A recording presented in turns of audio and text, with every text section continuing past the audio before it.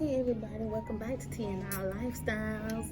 All right, so Rhonda's going to eat now because I was eating like a pig before. So I'm going to talk right now. Now, the subject I want to talk about is marriages. And I'm going to ask Rhonda some questions just to see what she thinks, okay? Okay, so I've never been married. Rhonda has been married. Okay, and this discussion is going to be about what we see, because we talked about it earlier. What we see in relationships nowadays, in men and women, that we didn't see back in, like our days growing up. Okay, in other words, what I see right now is Rhonda and I, we were discussing at another restaurant that we see a lot of young people that are very successful at a very young age. Like a lot of them are doing really well, and we know that a lot of people say, oh, these youngins, they this, they that, they, the ones raising them. But a lot of them coming from single parent homes, and they're just saying that, look, I don't want to be like that. Right. I want to be successful. I want to do what is right. From what I'm seeing, my daughter just got married last weekend. My sister's getting married in 2 more months. Here I am, still single, okay? There's nothing wrong with that. And Rhonda says nothing wrong with that. I wouldn't say it's something wrong with it, but I would say that it's my desire to meet someone, to meet a provider. Now, I know people say, you need a man. I don't want a man. I want a provider man, okay? So I want someone that's going to take care of me. So from what I see with the young adults today, when I was a young adult, it's totally different when it comes to relationships, okay? And again, when I was growing up, it was more like you do half, I do half, blah, blah, blah. I didn't teach my daughter that. And I didn't teach my sister that. My sister's younger than me. What I told them was, if you meet someone who wants to do half and half or 50-50, you walk away. That's me. Unless you want to, unless you have to, whatever. Now, I would work and pay some bills, but when it's forced on you to do it, then I say walk away. Because a lot of people, like in my day, said that as a woman, you have to work. You have to work. It takes 2 incomes, blah, blah, blah. I know relationships now, today, and marriages where they're just living on 1 income. And when you have, now I'm not saying every marriage, okay? But what I'm saying is when you have a healthy marriage comes from happy people. Happy people come from being happy with yourself, like we said in the earlier video. What were we saying at the other restaurant about the young men being, being fathers and taking care of their families and things like that? Yeah, they are just stepping up. A lot of them are stepping up. They're helping out. They're being helpmates with their wives when it comes to not just being financial providers, but they're also, helping with the chores and cleaning and cooking, and I see some of them creating like weekly to-do list. Okay. And so you might go to bed with the baby tonight, or I may, wake up with them. See, that's awesome. That is awesome. Instead of it just all on one person. Right. And instead of assuming, well, he's not helping out, this, you all come up with a plan together. And that's what a lot of them are doing. They're actually sitting down together. They're sitting down with financial advisors and those types of things. And that's something we didn't do. Right. Because we weren't even taught that. And nowadays, these young adults, even if it's not taught at home, they're learning it on their own. Right. Because I know some people where they're, the young men come from a single parent home. They have not seen their fathers, but that doesn't mean that they want to be like their father. Right, exactly. They're saying, I have a child, I'm gonna step up and I'm gonna take care of my child, I'm gonna take care of my wife. You understand? So, Rhonda, question. If you met someone, and you remember on the last video we were talking about communicating and everything, Communication, right? All right, and loving yourself. Okay, so if you met someone who was a provider, very good provider, and he was not a good communicator at all. He did not want to go anywhere with you. He didn't compliment you. It was just like a body at home. It's just a body, but there's no interaction. You know, there's no interaction. But he's a good provider. What would you say for that person to do? What would be your advice for that person? Well, I would say, because I have been there, where someone was a great provider, a really good provider, but they were kind of a workaholic. So the communication, they talk so much in their professional career that a lot of times, because I guess they say men only have so many words that they say a day. I don't know. That's what research says. Oh, okay. I never heard that one before. And so when they get home, they're not much of a talker. And I'm not really a big talker either, so I'm good with that. If we're comfortable with each other and you're... But how you know it's comfort if you're not talking? Well, I mean, if we have to come together and talk about something, we will talk about it. But you won't even know that because they don't talk. Well, they talk. They're going to say something. I'm asking you but I'm saying about a person whose husband does not communicate at all, and it feels like it's just a body in the house. Because I'm pretty sure there's some relationships like that. There's some like that. So what would you tell her to do if she's feeling like there's nothing in his relationship? It's nothing. He's a good provider. He pays the bills. He does da-da-da-da-da. But other than that, we have nothing else in common. Or what would you tell her? Well, at one point, you had to talk at some point. At some point. So I would still, even though that person don't want to talk, but you may want to talk, I would still talk to him even if he's not talking to me. Because he can't stop you from talking. But you can still get your point across to that person, like, this is what's going on here, or this is what's going on, this is what's happened today, and da-da-da, and who knows? Because it's not about so much the person as it is about you finding happiness with you. So if you say he's not talking, you can't force him to talk, but you can talk. To who? To the husband or the significant other. Okay. You can talk to them. I guess I'm getting to a point in my life where I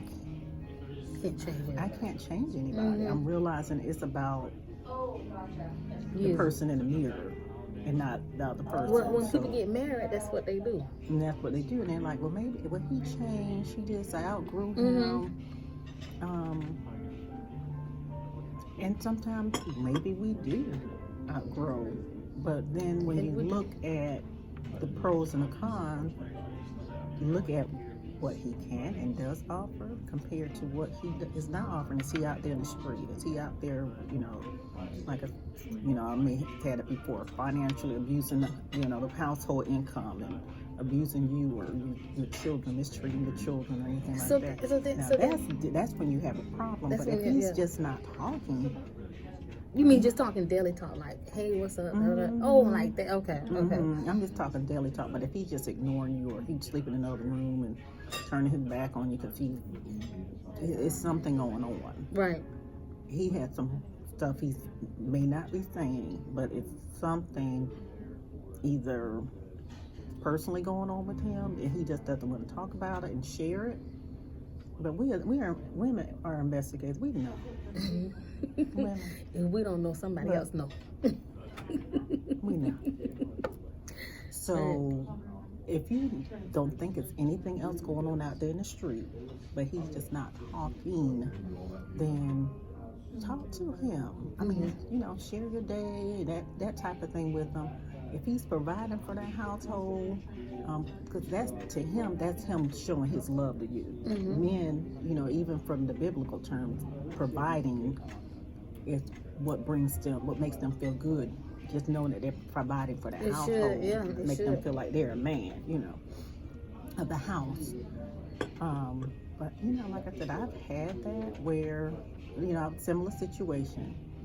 And what I would do is I would create, if he doesn't want to go anywhere, but I never had with nobody want to go anywhere, we would always have a date night. Okay. We always set a date night to go to the restaurant and enjoy each other at the restaurant, or That's good. women, create your own date night at home. Lay out, a spread on the table, have your candles and all that, and surprise them. Say, honey, I got something for you. Come downstairs, or whatever. Just surprise. You'll always expect it to come to you. Sometimes when you give it, you receive it. But if they don't know, because some people we can't read minds. That's true. But I have another question for you. Okay. Okay, let's just say that this is another scenario. Let's just say there is friends, married and single. Okay? And let's just say that these two people are friends. One is married, one is single. They've been friends for years. And all of a sudden the married woman's cousin kind of start showing interest in the single friend. Okay. And the single. Look, let me drink some tea on that. Drink some tea on that, honey. Sip your tea. And okay. And the husband, the single woman has moved in because she probably moved into their house. Wait, hold on now. But go ahead, but no moving in. That's number. That's. But why would you say that? It's your friend though. Oh, one thing you don't do, women. What you don't do. I'm moving, y'all. Is invite another woman when you are married. Okay, why? Or even living with them. I'm asking why. Because the temptation, what they say, the flesh is weak. And not saying that he's weak, but who knows with your friend? She could be vulnerable or whatever. And let me tell you something. Sometimes your friends. You rather see your friend but sometimes out your in the friends street, are though, not. Wanda? You better get her. But sometimes your friends. But you may have a friend that's not like that. I'm pretty sure there's situations where a single woman has moved in with a married couple and everything worked out right. We just always hear the negative of that affair, okay? We just always hear the negative of that story. I do believe. I mean, they probably could, but I don't want to be in that situation. I'm not saying I'm not knocking it for anybody else, but for me, if I'm living with someone or if I'm married to someone and one of my single friends, even if she's married, she and her husband divorced or whatever, she wants to come. You got family, you got mama, auntie. She probably don't. Sister, brother, but she probably don't want you. Children, somebody. You can't come single friend, period. She can't come live with me. Now, she might better go live with Tanya. She can come with me. No, now, that's 50-50 right there. Especially, because let me tell you, some friends, okay, maybe, I'm not going to say that on this episode. They may be frenemies, and they may see, let me tell you. Let me pour my tea, honey. Yeah, there's some tea stuff here. Some friends may see what you have and want what you have, girl, but I would not give them that temptation. Let me ask this question. She says that some friends may see what you have and may want what you have. Something wrong with that? Nothing's wrong with that, but when you're inviting that frenemy into your household. No, I'm not talking about inviting. Oh, okay. I'm just saying, okay, because a lot of times you may look at a friend and you may say, you know what? I wish I had that. Well, whether it be a relationship, whether it be a career, anything like that, there's nothing wrong with normal. Saying that. That's that. A little, but not saying jealousy, but just to look at someone and say, you want what they have, and that's okay. That's that's human nature. Okay. But what I'm talking about is you have some women who are they don't know how to draw the line. When you were talking, you asked me the question about inviting a single friend into my house. So that's what I was still kind of. I believe some women don't know how to. Some of them don't know how to draw the line, and they may think what's yours is theirs. Oh, see, now you already know that. Before you moved in, you already see. That's what I'm talking about. See, that messes up for single women like me. Okay, because you can't go in there trying to take control. I mean, you're a guest. Right. You understand what I'm saying? So sit back and relax. Now, let's just say that this married woman, husband hits on this single woman. What do you think the single woman should do? Do you think that she should tell her friend? Or what do you think she should do? She's staying with them for a reason. She can't move out. So what do you think she should do? Ignore it? You're good. Thank you. Thank you so much. If it were me and it was my friend, I would move out. You don't have any money, Mondo. I would find some kind of way. Until you find a way, what would you do? Because you're talking about I would find a way, but that way may take about 2 weeks, 3 weeks. What would happen? Because I listened to a lot of advice from what my mother said. Sometimes you tell friends about their husbands. They don't get mad with the husband. They get mad with you. They get mad at you. Because can I tell you something? That happened to me. Yes. Mm-hmm. That happened to me now. Right. Mm-hmm. See, what happened, y'all, is that her husband tried to make a move. Mm-hmm. And what I did was I told her, and so she got mad with you. She was ready to box. Mm-hmm. Okay? I said I would never, ever tell a friend that anymore, but I won't ever, ever put myself in a situation. Now, that time I did not put myself in a situation. Right. Okay? Because this was at church. Mm-hmm. Yeah. It was at church. Mm-hmm. The house of the Lord. The house. Well, I don't know if it was the Lord, but it was a house.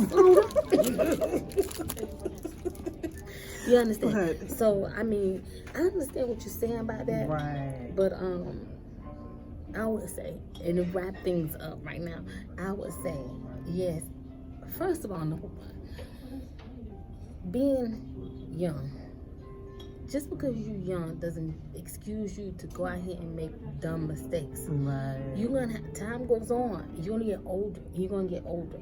And by a certain age, you want to have things in place. At 50, 40, even 30 years old, you don't want to be moving in with someone because because of decisions you made. Right. You know, with couples and things like that. I never want to move in with anyone, and I'm done with people moving in with me because I done had people move in with me too. I'm done with that. So, but you want to always try and have yourself in a place where you can take care of yourself and always be able to provide for yourself. Right. Okay? So, anyway, you want to wrap it up by saying what? I agree, Tanya. We first of all, we have to have ourselves together so we don't ever have to be in that situation where we have to move in with a friend. But if we do have to move in with someone, find a family member first who's not married. Girl, please, family members gonna be a mess too, honey. Friend who's not married, family member who's not married. If you can possibly do that, that would be awesome. But until the next time, toodles. Peace.